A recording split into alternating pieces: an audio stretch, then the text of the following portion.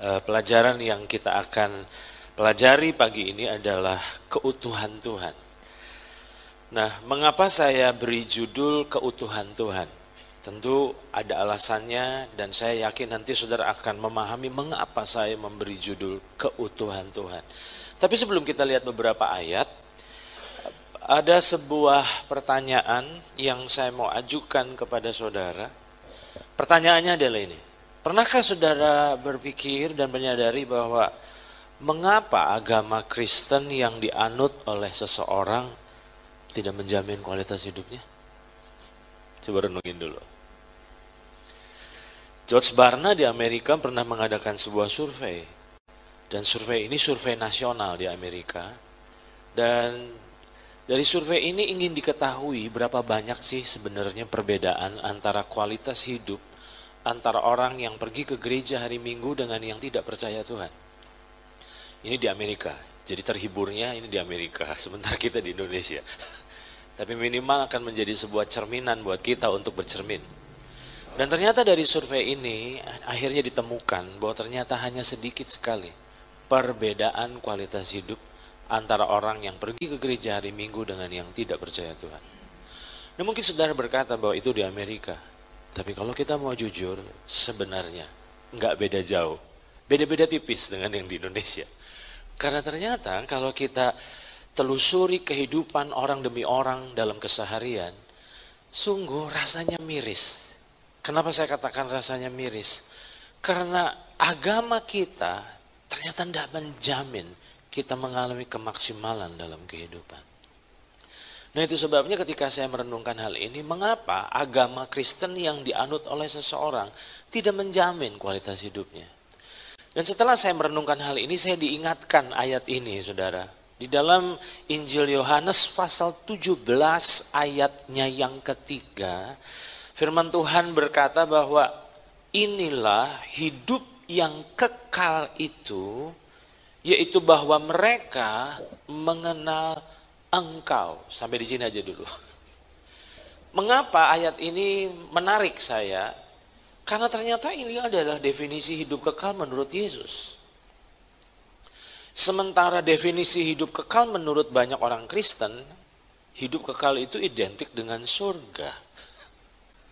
Waktu kita mati, kita masuk surga dan kita tinggal selama-lamanya di sana. Itu yang ada di pemikiran banyak orang setelah mendengar kata hidup kekal. Nah, saya nggak bilang bahwa surga nggak ada tentunya. Saya nggak bilang seperti itu. Surga ada, percayalah itu. Cuma masalahnya adalah ternyata kita perlu meredefinisi ulang tentang pemahaman kita tentang hidup kekal. Bahwa hidup kekal itu bukan bicara surga ternyata. Tetapi hidup kekal itu ternyata berbicara tentang mengenal pribadi Tuhan. Berapa hari lalu saya sempat bilang sama seseorang, saya nggak perlu sebutin namanya, seseorang ini, saya bilang begini, bagaimana mungkin engkau bisa mengharapkan surga kalau selama di dunia engkau nggak tertarik mengenal Tuhan? Saudara paham maksudnya? Bagaimana mungkin kita bisa mengharapkan surga gitu, sementara di dunia kita tidak pernah tertarik dalam keseharian. Nah, saya tidak bicara tentang hari Minggunya. Sorry, saya mesti katakan bahwa kehadiran saudara di hari Minggu tidak menjamin pengenalan saudara akan Tuhan sebenarnya. Banyak orang cuma hanya menjadi ritual mingguan, di mana kita merasa puas, udah setor muka sama Tuhan dan setor muka sama Bapak dan Ibu Gembala. Lalu rasanya tenang hati nurani dan siap menjalani keseharian. Gitu. Padahal saya mau berkata kepada saudara, terima kasih untuk ibadah hari Minggu. Tetapi itu tidak bisa menjadi andalan kita untuk membangun pengenalan akan Tuhan. Karena pengenalan akan Tuhan justru dibangun dalam keseharian. Amin, saudara. Nah, di sini menurut saya telah terjadi kerancuan dalam membedakan antara pengetahuan tentang Tuhan dan pengenalan akan Tuhan. Saya ulang ya. Telah terjadi kerancuan dalam kehidupan banyak orang di mana kita sukar sekali membedakan antara pengetahuan tentang Tuhan dan pengenalan akan Tuhan. Itu beda. Nah, masalah dari banyak orang Kristen adalah kita makin bertumbuh dalam pengetahuan tentang Tuhan. Itu jelas. Dengan banyaknya saudara mendengar pengajaran saja, saudara jadi banyak tahu kok. Betul nggak saudara? Apalagi di masa pandemi ini telah terjadi banjir informasi menurut saya. Di lewat YouTube saudara boleh denger pengajaran dari mana aja, dari luar negeri sampai dari dalam negeri, dari kelas pedesaan sampai kelas perkotaan gitu. Dari pengajaran yang paling sehat dan sangat tidak sehat gitu. Di situ kita ngalami banjir. Kita dibanjiri dengan pengajaran demi pengajaran. Cuma masalahnya gini, apakah dengan makin taunya tentang Alkitab, tentang Tuhan, maka kita makin kenal Tuhan? Ternyata menurut saya tidak. Nah itu sebabnya perlu kita bertanya kepada diri sendiri, apakah pengenalan saya akan Tuhan makin bertumbuh hari-hari ini? Lihat ini saudara. Bagaimana caranya sih sebenarnya kita menilai atau mengukur kualitas dari pengenalan kita akan Tuhan? Saya ulang ya.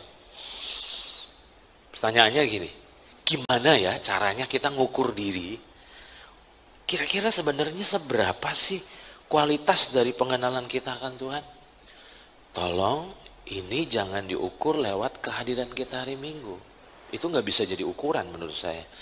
Dan ternyata sebenarnya cara kita mengukur, jangan orang lain ya, ngukur diri aja deh. Kalau ngukur orang lain bisa ngakimi soalnya. Jadi ngukur diri sendiri aja.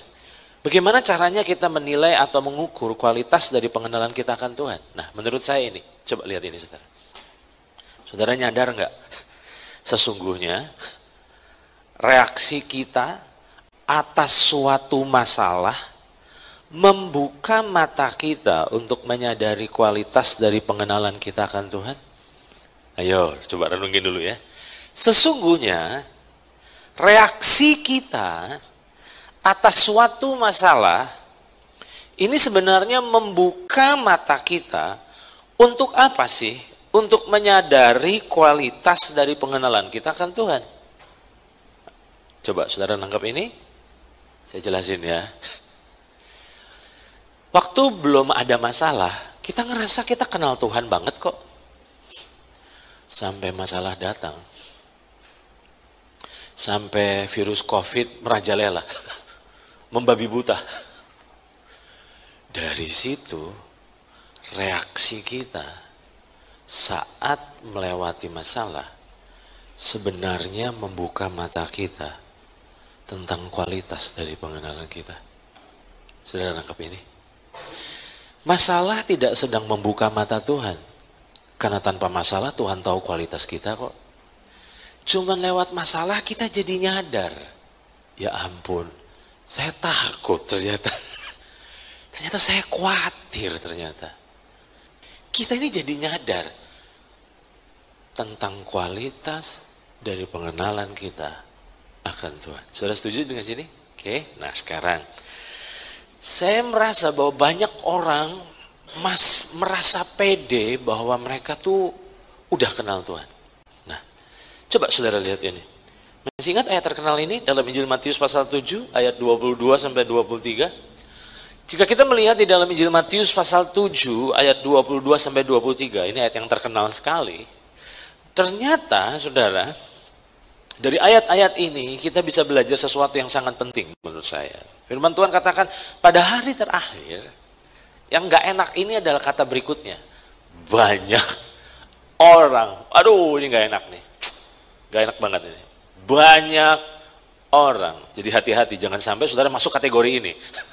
Jelas? Pada hari terakhir, banyak orang akan berseru kepadaku. Di dalam terjemahan-terjemahan yang lain saya coba bandingkan beberapa terjemahan. Ada satu terjemahan berkata bahwa ini orang ngomong dengan yakin sekali. Coba perhatikan ini. Tuhan, bukankah kami bernubuat demi namamu? Dan mengusir setan demi namamu dan mengadakan banyak mujizat demi namamu juga? Pada waktu itulah aku akan berterus terang kepada mereka dan berkata, aku, apa saudara? Tidak pernah mengenal kamu. Enyahlah daripadaku, kamu sekalian pembuat kejahatan. Apa bedanya pengetahuan dan pengenalan? Pengetahuan itu sifatnya satu arah, sedangkan pengenalan itu sifatnya dua arah. Saudara paham? Saya ulang ya. Pengetahuan itu hanya sifatnya satu arah. Jadi tolong jangan pede, saya sudah kenal Tuhan. Nah masalahnya saudara dikenal Tuhan atau enggak? Itu masalahnya gitu. Dari ayat ini sebenarnya ketika mereka datang kepada Tuhan dan berkata, Tuhan, Tuhan, coba saudara perhatikan. Ini nada orang minder atau nada orang pede kira-kira? Ini nada orang pede loh saudara. Jadi mereka tuh ngerasa yakin banget bahwa mereka tuh kenal Tuhan dan dikenal Tuhan. Dan ternyata jawabannya adalah sangat mengejutkan. Nah ketika kita membaca ayat ini, kita seringkali bingung. Karena ayat ini berkata pada waktu itulah aku akan berterus terang kepada mereka dan berkata aku tidak pernah mengenal engkau. Pertanyaannya adalah bagaimana mungkin Tuhan kok nggak kenal kita? Bukankah Tuhan itu maha tahu? Kok bisa Tuhan tuh nggak kenal? Bukankah orang ini berarti terlibat aktif dalam pelayanan dan ini bukan tipe pelayan yang kroco, saya pakai kata kasar itu, bukan orang-orang yang awam, ini orang-orang kelas papan atas ini, di mana mujizat kuasa Tuhan bekerja hari-hari dalam hidupnya. Jadi kalau dalam dunia kekristenan ini pasti populer ini orang, nggak mungkin nggak populer. Nah masalahnya adalah bagaimana mungkin Tuhan tidak kenal? Dan ternyata saudara ketika saya coba melihat di dalam bahasa aslinya, ternyata kata kenal itu digunakan kata ginosko. Oh pantas. Jadi sebenarnya ini bukan bicara tentang tahu. Oh Tuhan tahu kita kok. Dia pencipta kita kok. Nah masalahnya berdasarkan konteks dari Matius 7 ayat yang ke-23. Ternyata ini adalah Tuhan itu tidak pernah berginosko. Nah kata ginosko itu apa sih? Dan setelah coba saya lacak dalam pengertian-pengertian, ada arti ginosko yang menarik. Ternyata ginosko itu bahasa orang dewasa. Istilah Yahudi tentang hubungan suami istri antara pria dan wanita. Berarti, saudara, Tuhan itu bilang, aku tuh tidak pernah berhubungan intim dengan engkau. Jadi bukan berarti Tuhan gak tahu, Tuhan tahu. Cuman ternyata mereka ini tidak memiliki hubungan intim dengan kita. Jadi saya nggak bilang bahwa Tuhan ini berhubungan seks dengan kita. Ingat, ini istilah di mana hubungan yang sangat dalam. Nah, di sini saya akan masuk begini. Sadarkah saudara, hubungan suami istri itu menghasilkan pengenalan luar dalam? Oke, saya ulang ya. Saudara sadar bahwa hubungan suami istri itu menghasilkan pengenalan luar dalam? Ini saya nggak mau ngomong yang porno ya, nggak mau ngomong yang porno. Jadi tolong jangan berpikir yang porno gini. Yang paling tahu luar dalamnya saya itu istri saya. Karena kami suami istri. Saudara paham maksud saya? Tuhan ingin kita punya hubungan luar dalam dengan Dia. Saudara paham maksud saya? Hubungan yang benar-benar intim sampai kita kenal Tuhan itu luar dalam. Nah, dari sini saya akan masuk kenapa saya beri judul keutuhan Tuhan. Tanda bertumbuhnya pengenalan akan Tuhan adalah apa? Pengenalan yang semakin utuh akan pribadi Tuhan. Oke, saya ulang ya. Jadi kalau saudara berkata, Pak, saya makin kenal Tuhan. Oke, tandanya apa? Tandanya kalau saudara makin hari makin kenal Tuhan, maka saudara akan mengenal Tuhan lebih utuh lagi. Nah, kenapa saya pakai kata utuh? Loh, emang terpecah-pecah Tuhan itu? Oh, bukan itu maksud saya. Lihat ini. Saudara pernah menyadari bahwa saat kita membaca Alkitab seringkali ada kebingungan-kebingungan dalam diri kita karena terkesan pribadi Tuhan itu membingungkan. Maksudnya membingungkan apa ya? Karena kalau saudara telusuri baca Alkitab dari Kejadian sampai Wahyu, ada hal yang sepertinya bertolak belakang ya Tuhan itu. Kok bingung ya? Nah, jangan bingung dulu karena ini. Karena Tuhan itu adalah pribadi yang memiliki banyak sisi yang harus kita kenali. Saya ambil kasih contoh. Buat ibu gembala saudara, Pak Hengsan itu adalah suaminya. Sekaligus juga gembala sidangnya. Saudara paham maksud saya? Orang yang sama, pribadi yang sama, satu pribadi, tetapi sisi yang berbeda. Nah, saudara perlu belajar bahwa ternyata Tuhan itu pribadi yang memiliki banyak sisi. Nah, masalahnya ada banyak sekali orang-orang percaya yang tidak memahami ini sampai akhirnya kita tidak belajar makin mengenal Tuhan. Nah, saya ambil contoh, lihat ini. Pernah dengar cerita? Tentang ada berapa orang buta yang suruh menjelaskan bentuk dari gajah itu seperti apa? Pernah dengar cerita ini? Ketika satu orang buta pegang ekornya terus tanya, gajah itu seperti apa? Oh, seperti seutas tali katanya. Ketika satu orang buta yang lain pas pegang kakinya, seperti apa gajah itu? Seperti batang pohon besar. Pas kebetulan orang buta yang satunya pegang badannya bilang, wah ini seperti tembok. Yang pegang belalainya seperti selang air katanya. Nah, pertanyaan saya, apakah yang dijelaskan oleh orang-orang buta itu salah? Tidak. Saudara paham maksud saya? Apa itu salah? Tidak, tetapi tidak lengkap. Jelas saudara. Satu bukti bahwa kita makin hari makin bertumbuh dalam pengenalan akan Tuhan. Buktinya ini, lihat. Saudara pernah nyadar? Tuhan itu punya sisi sebagai juru selamat, sebagai penolong dalam kesesakan sangat terbukti. Yang kedua, ternyata Tuhan pun adalah pribadi sebagai Bapa loh, betul nggak saudara? Kita ini anak-anaknya. Yang ketiga, coba saudara lihat, sisi sebagai guru di mana dia ini pendidik. Lihat, terus sisi sebagai Tuhan. Tuhan itu lebih ke arah pemilik hidup kita. Terus sisi sebagai tuan, atasan, bos, ini bicara hubungan kerja sebenarnya. Terus sisi sebagai raja, di mana ternyata Tuhan itu raja loh saudara, di mana dia ini adalah pemerintah. Terus bukan hanya itu, ternyata Tuhan pun adalah sisi Tuhan yang lain adalah sisi sebagai apa saudara? Sahabat loh. Dan menurut saya Tuhan adalah sahabat yang terbaik. Mengapa saya katakan?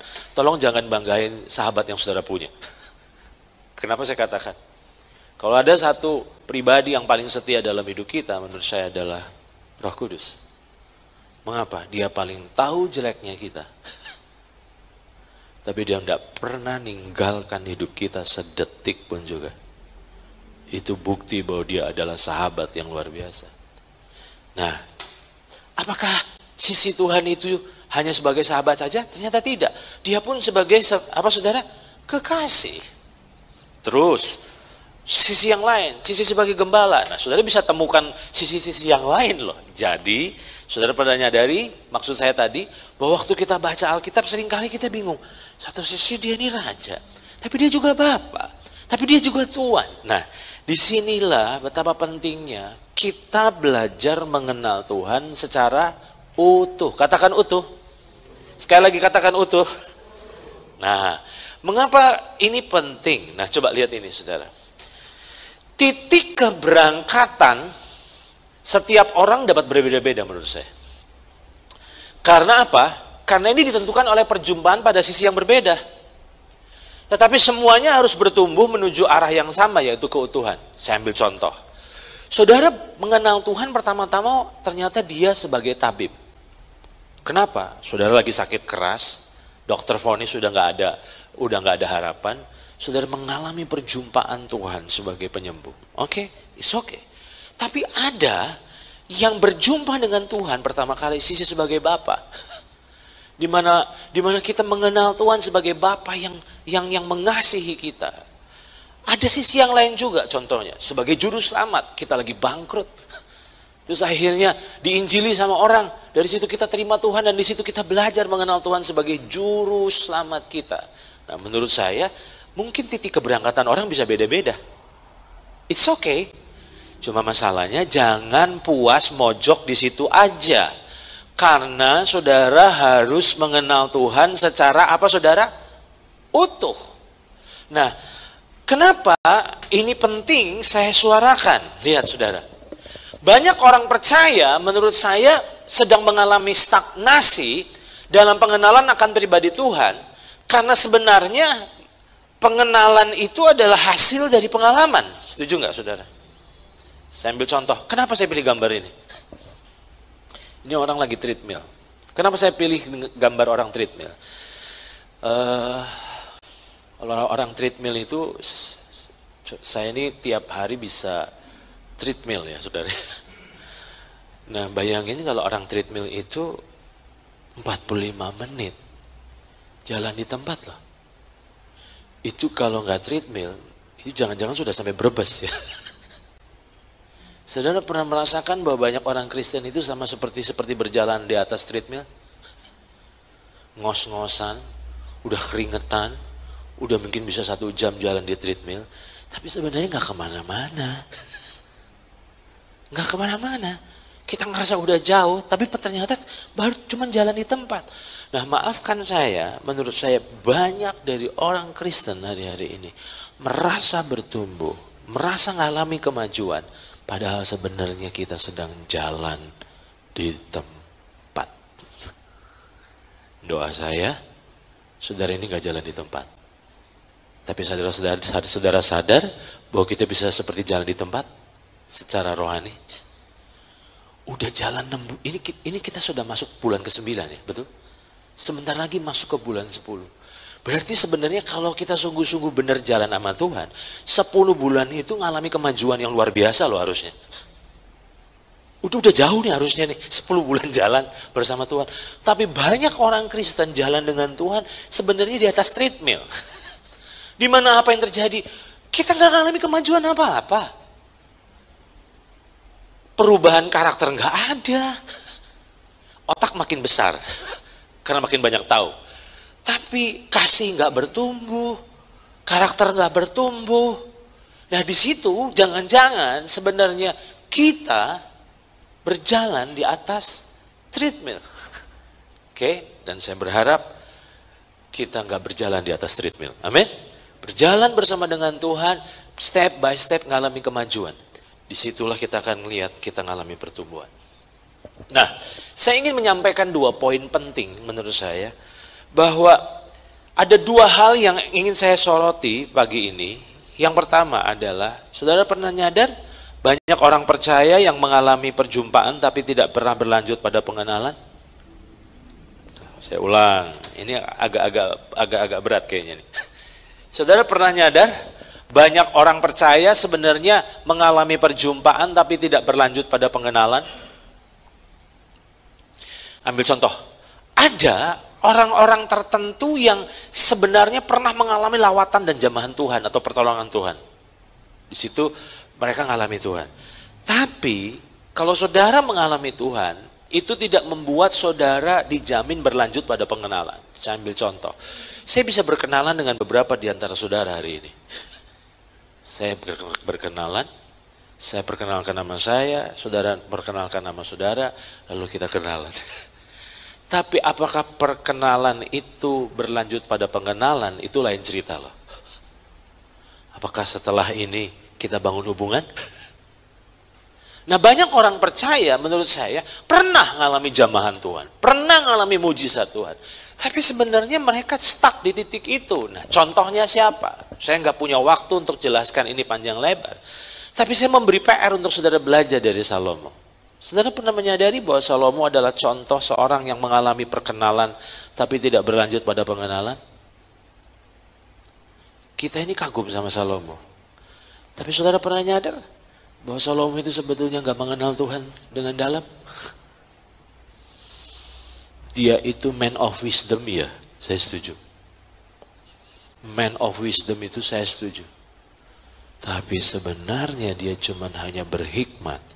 Tapi dia tidak benar-benar kenal Tuhan. Kalau dia kenal Tuhan, itu tidak ada wanita ke-1000 dalam hidupnya. Istri 700 itu pusing. Satu aja udah pusing. Apalagi 700. 700 istri masih nggak puas. Masih punya gundik stok 300. Saudara bisa bayangin. Dia mencapai kesuksesan yang pernah dicapai oleh manusia yang pernah hidup. Tapi di akhir hidupnya dia bilang, semuanya sia-sia. 2 kali dia mengalami perjumpaan dengan Tuhan di awal hidupnya. Setuju saudara? 2 kali. 2 kali. Tapi apakah dia berjalan dengan Tuhan seperti Daud berjalan dengan Tuhan? Tidak ternyata. Hari ini saudara boleh aja orang berhikmat. Tapi hikmatmu tidak menjamin pengenalanmu akan Tuhan. Saudara paham? Jadi betapa pentingnya saudara menyadari bahwa banyak orang percaya yang mengalami perjumpaan tetapi tidak berlanjut pada pengenalan. Nah, itu yang pertama ya. Kita nggak membahas Salomo panjang lebar. Yang kedua, menurut saya hal yang perlu diwaspadai adalah banyak orang percaya yang puas mengenal sebagian dari sisi kepribadian Tuhan. Oke? Ada orang yang ketemu Tuhan sebagai sisi juru selamat, terus apa yang terjadi? Nah ini lihat. Banyak orang baru sebatas mengenal sisi kejuruselamatan Yesus Kristus. Dan mojok di situ terus.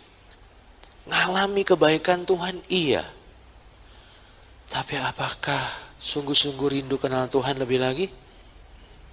Boleh saya ngomong agak kasar? Minta maaf dulu sebelumnya. Saudara nyadar bahwa banyak orang Kristen itu memperlakukan Tuhan seperti setan? Ambil contoh. Yang punya masa lalu perdukunan. Suka datang ke dukun sebelum kita datang ke Tuhan. Kalau kita punya masalah, lalu kita datang ke dukun, oke? Minta kesembuhan, minta pesugihan, minta pertolongan, apa aja minta gitu.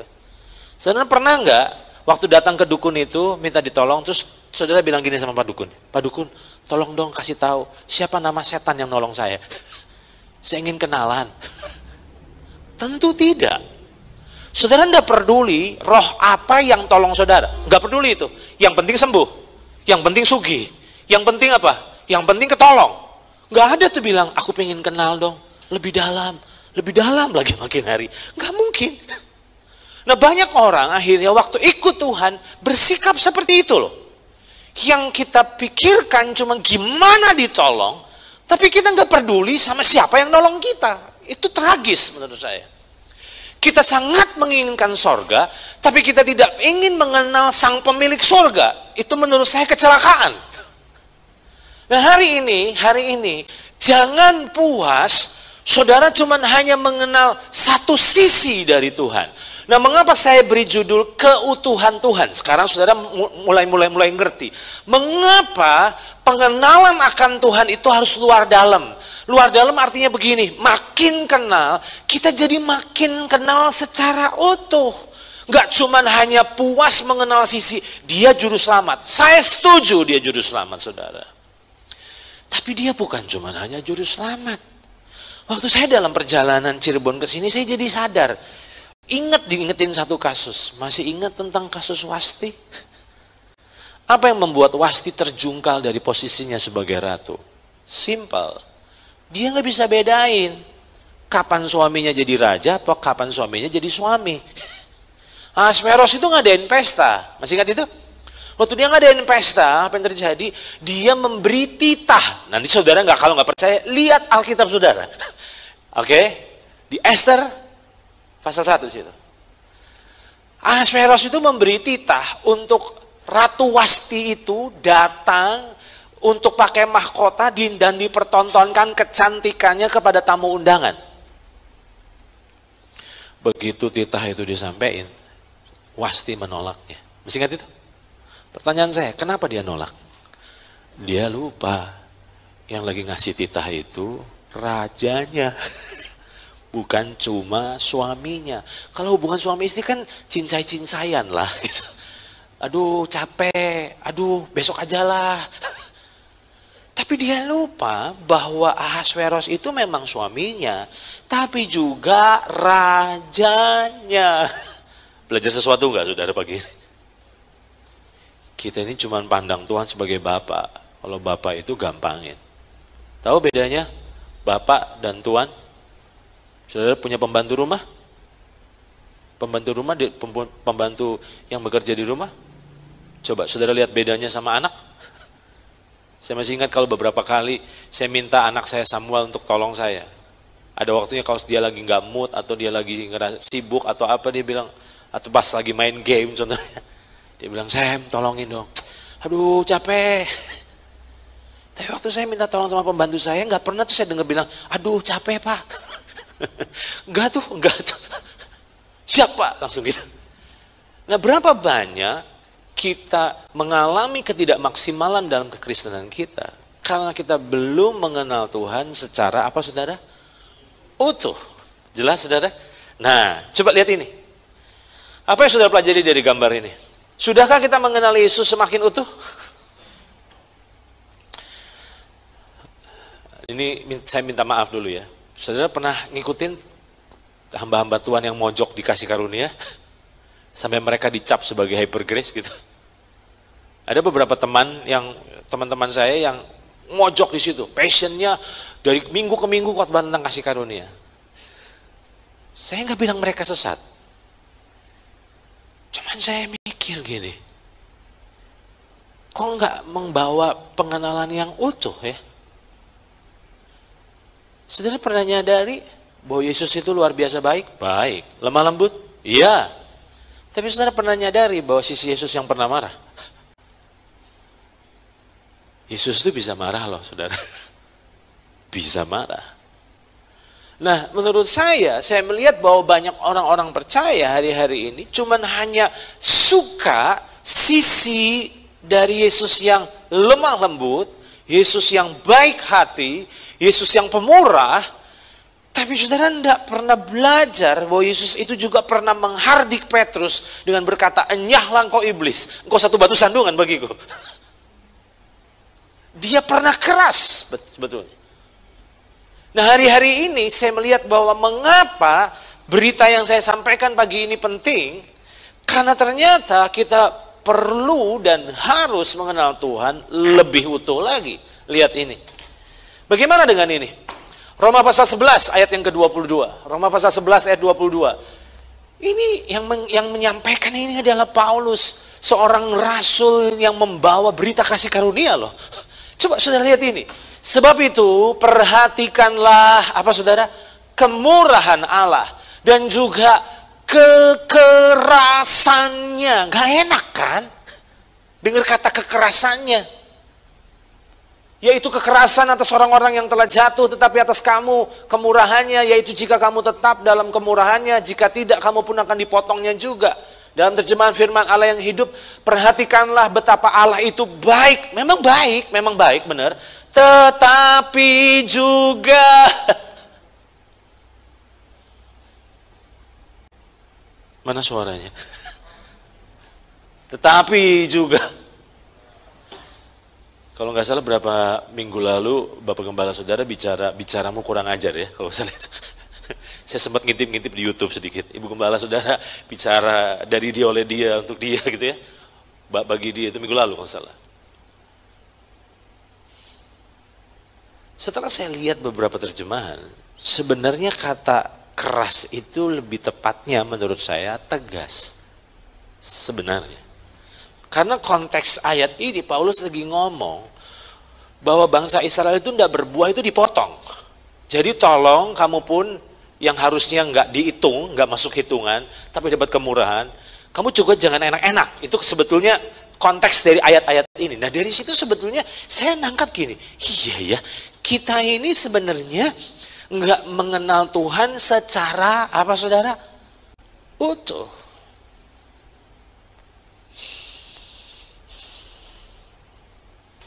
Lihat ini. Saudara setuju dengan saya? Bahwa gagal kenal utuh itu penyebab kekecewaan terhadap Tuhan?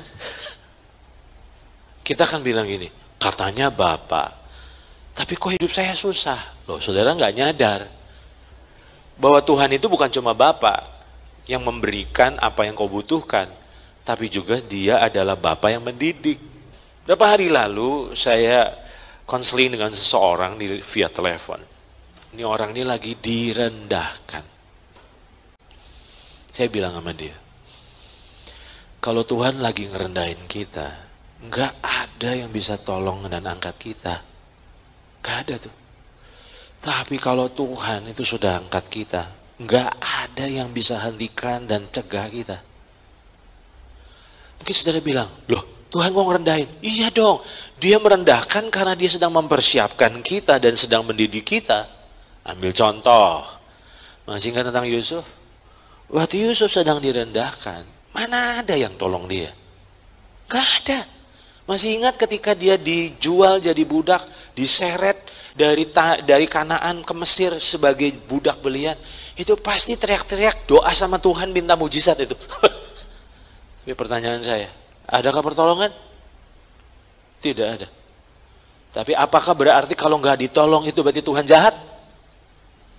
Tidak. Prosesnya nggak enak. Itu seperti dibiarin. Jadi curigalah. Kalau saudara sepertinya lagi dibiarin Tuhan, itu memang Tuhan lagi mendidik saudara. Nah ini sebabnya saya katakan bahwa gagal kenal utuh itu penyebab kekecewaan terhadap Tuhan. Nah saya akan ajak saudara belajar satu kasus lagi saudara. Sebelum kita menyimpulkan kesimpulannya. Saya ingin ajak saudara belajar dari salah satu tokoh ini. Apakah pelajaran dari kedekatan Yohanes dengan Yesus? Seseorang di antara murid Yesus, yaitu murid yang apa saudara? Dikasihinya, bersandar dekat kepadanya di sebelah kanannya. Seorang di antara murid Yesus, yaitu murid yang dikasihinya, bersandar dekat kepadanya di sebelah kanannya. Jadi saudara nangkep nggak bahwa kedekatan Yohanes sama Yesus itu seperti apa? Ini dekat banget. Ini kalau orang bilang lendotan. Ya, bahasa Jawa tahu ya lendotan ya. Lendotan itu sampai bisa bersandar. Ini hubungannya dekat banget sama Yesus. Tapi ingat, kita ini harus belajar kenal Tuhan secara utuh. Kalau saudara bilang, Pak, kalau saya ini hormat kagum sama Tuhan Pak, sampai segen gitu Pak, bagus. Tapi saudara jangan cuma ngojok di sisi itu aja dong. Tuhan pun ingin jadi Bapa buatmu. Dia ingin peluk hidupmu juga. Oke, jadi ingat belajar mengenal Tuhan lebih utuh. Nah, saya nggak tahu saudara ada di titik mana. Tapi kalau saudara pelajari kehidupan dari Yohanes, dia ini tumbuh loh saudara. Dari mana tumbuhnya? Lihat ini. Di dalam Wahyu, ini saya. Wahyu pasal pertama ayat 12 sampai 17. Lalu aku berpaling untuk melihat suara yang berbicara kepadaku. Dan setelah aku berpaling, tampaklah kepadaku 7 kaki dian dari emas. Dan di tengah-tengah kaki dian itu ada seorang serupa anak manusia. Berpakaian jubah yang panjangnya sampai di kaki. Dan dadanya berilitkan ikat pinggang dari emas. Kepala dan rambutnya putih bagaikan bulu yang putih metah, dan matanya bagaikan nyala api, dan kakinya mengkilap bagaikan tembaga membara di dalam perapian.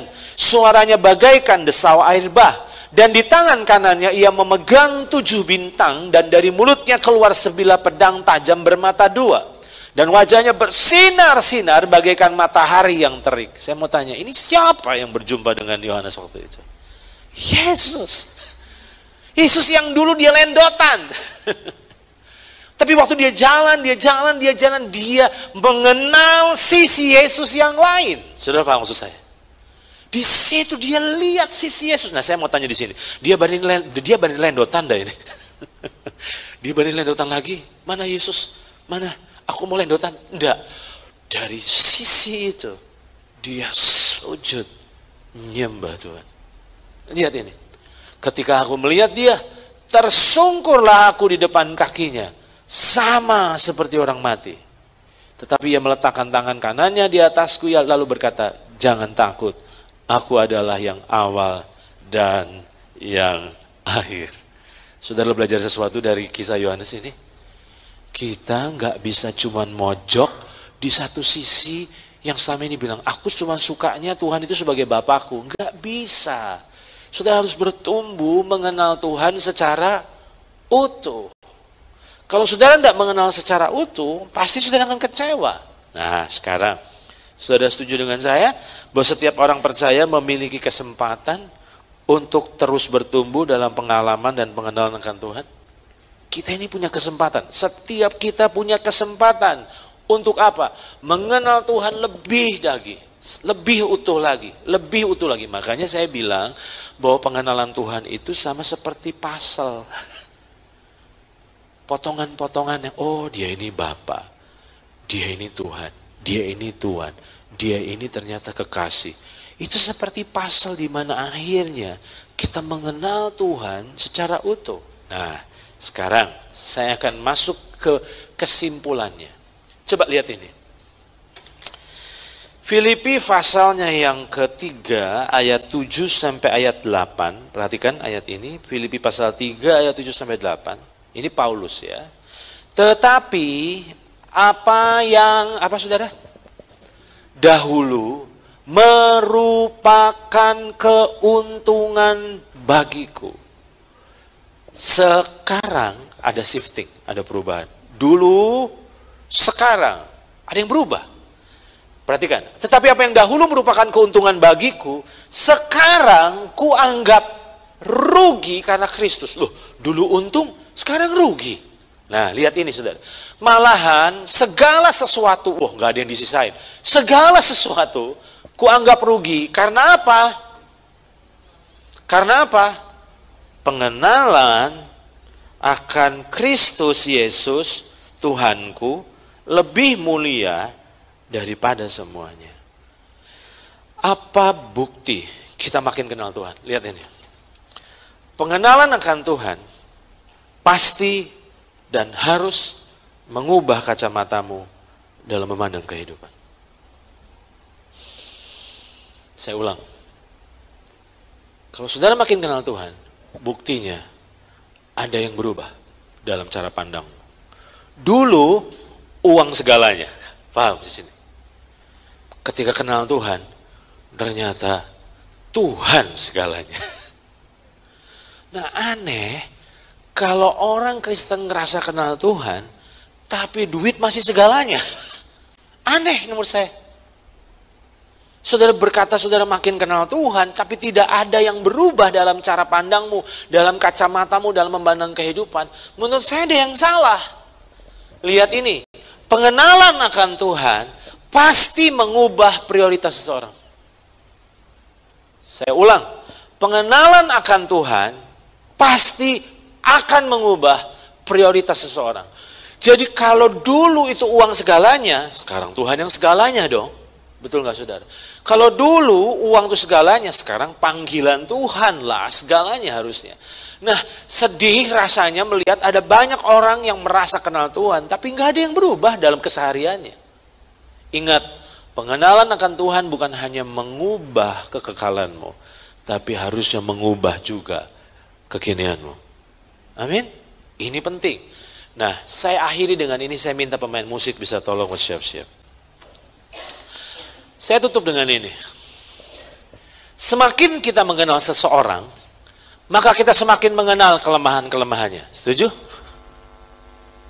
Saya ulang. Semakin kita mengenal seseorang, maka kita semakin akan mengenali kelemahan-kelemahannya. Tetapi semakin kita mengenal pribadi Tuhan, maka kita semakin bertumbuh dalam kekaguman dan rasa cinta terhadapnya. Saudara nangkap maksud saya ini? Waktu kita makin kenal seseorang, awalnya mungkin kita kagum berat. Tapi waktu kita kenal makin dekat, kita jadi tahu kelemahan-kelemahannya. Yaitu lumrah, itu manusia. Tapi kalau kita makin kenal Tuhan, kita nggak akan bisa menemukan kelemahannya, tapi semakin akan menemukan kelebihan-kelebihannya. Saya yakin gak kebetulan saya hari ini datang. Gak kebetulan juga Pak Heksan kontak saya untuk undang saya ke sini. Karena saya yakin bahwa Tuhan sedang berbicara dan berperkara dengan kita. Amin. Lewat masa-masa ini adalah masa-masa di mana Tuhan ingin kita bukan cuma tahu tentang Dia, tapi makin kenal Dia secara utuh. Tuhan berkati kita semua. Mari kita berdiri, kita berdoa.